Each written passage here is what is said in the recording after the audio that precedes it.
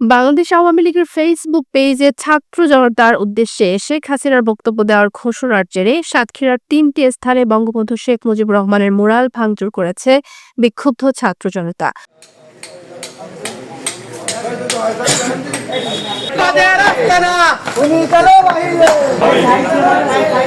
বুধবার রাত ৯টার দিকে শহরের খুলনা রোড মোড়ে অবস্থিত মুরালটি প্রথমে ভাঙচুর করা হয়।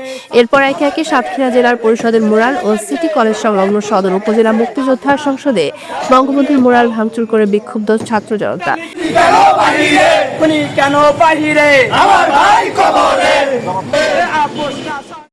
এর আগে তারা শহরের বিভিন্ন সড়কে মিছিল সহকারে আমার ভাই কবরে, খুনি কেন বাহিরে, জনে জনে খবর দে, মুজিববাদের কবর দে, দিল্লি না ঢাকা, ঢাকা ঢাকা, জনে জনে খবর দে, আওয়ামী লীগের কবর দে, এই ধরনের নানা স্লোগান দিতে থাকে।